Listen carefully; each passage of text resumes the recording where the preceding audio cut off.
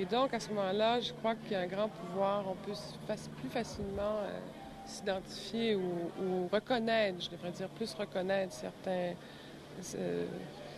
certaines choses. C'est des moments aussi que je pense que tous les êtres humains connaissent. Donc, il n'y a pas une si grande distance entre cette pièce et la réalité.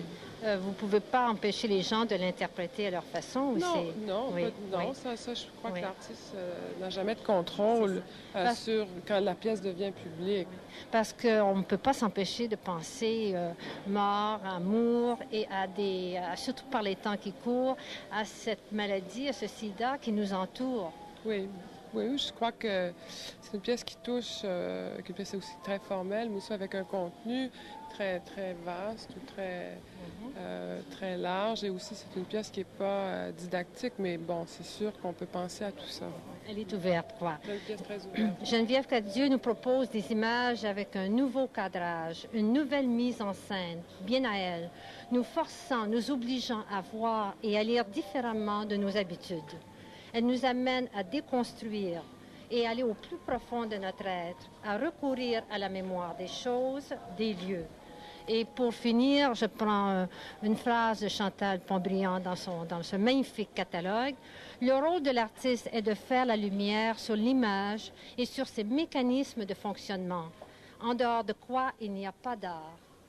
Chantal, maintenant que l'œuvre est installée, tout est en place, les gens circulent, vous la voyez à l'intérieur du contexte de la Biennale. Comment vous sentez-vous? Êtes-vous content du résultat? Oh, absolument. Je pense qu'avec Reinhard Mucha chez les Allemands, Anish Kapoor à côté chez les Anglais et Jenny Holzer, vraiment avec Geneviève Cadieux, on se classe, comme j'ai entendu dire, dans le hit parade de la Biennale. Donc, on n'a pas l'air du parent pauvre. Non, pas du tout, malgré le fait qu'on ait un pavillon peut-être moins intéressant que beaucoup d'autres. Je pense que Geneviève a réussi à tirer parti de l'espace de la cour intérieure dans laquelle on est. En y installant cette immense photographie très spectaculaire qui semble faire beaucoup d'effets, en tout cas. Donc, les réactions sont bonnes. Oui, très, très bonnes. Et l'œuvre est considérée comme étant très, très forte, très émotive et je pense qu'on peut être très content d'avoir la chance d'avoir une représentation si forte cette année. Merci Chantal, mais avant de vous quitter, merci du catalogue qui, tout en ayant un point de vue très critique, se lit magnifiquement bien. Donc, une personne même de l'extérieur du monde de l'art peut le lire et comprendre toute l'intensité, la force de l'œuvre de Geneviève. Merci. Maintenant, nous allons voir les pavillons avoisinant le pavillon canadien, qui sont le pavillon de la Grande-Bretagne, de l'Allemagne et des États-Unis. Pour pénétrer dans le pavillon de la Grande-Bretagne, il faut se faufiler entre d'énormes pierres dont le rose terreux n'est rompu que par un orifice circulaire percé sur le dessus et noirci avec des pigments noirs, sorte d'ouverture qui nous fait entrevoir la noirceur à l'intérieur des pierres.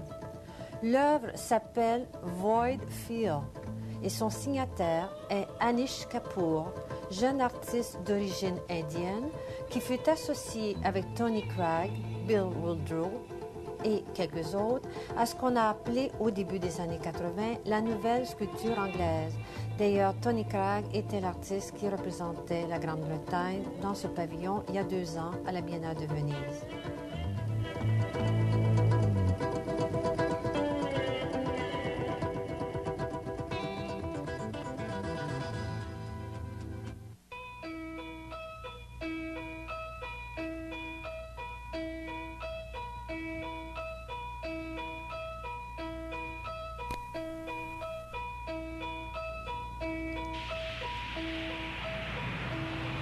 La plupart des sculptures de Anish Kapoor sont aux formes géométriques très simples. Sphères, cubes, cônes, croissants, morceaux de pierre. Et la plupart sont faites de fibres de verre et recouverts de plusieurs couches de pigments colorés. L'anthracite, le bleu de Yves Klein, le rouge, le jaune.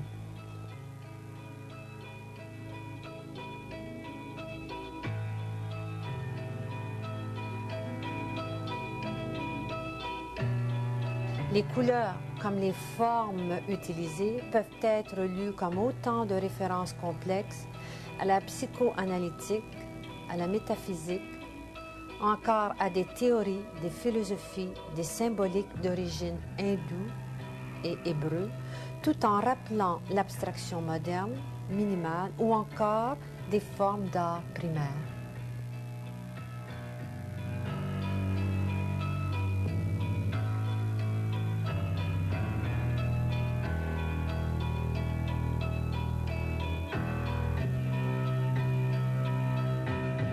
Ici, nous sommes dans le pavillon de l'Allemagne où nous voyons les photographies du couple Bernd et Nila Becher qui, depuis une trentaine d'années, photographie l'environnement industriel. Châteaux d'eau, gazomètres, hauts fourneaux, silos et enfin toutes sortes de structures industrielles. Ce sont des photos à la fois modestes et parfaites, regroupées par familles fonctionnelles et formelles. On y retrouve dans ses œuvres le souci constant d'être objectif. C'est une œuvre qui montre un document de la réalité et non pas la manifestation de la créativité du photographe. Ces formes industrielles sont vues comme des sculptures et elles apparaissent isolées, immobiles, arrêtées dans leur fonction habituelle, sans ouvriers aux alentours, en fait, sorte de monuments, de symboles d'une société organisée sur les bases de l'efficacité et de la fonctionnalité. Enfin, les Becher offrent une magnifique archéologie architecturale avec une grande force plastique.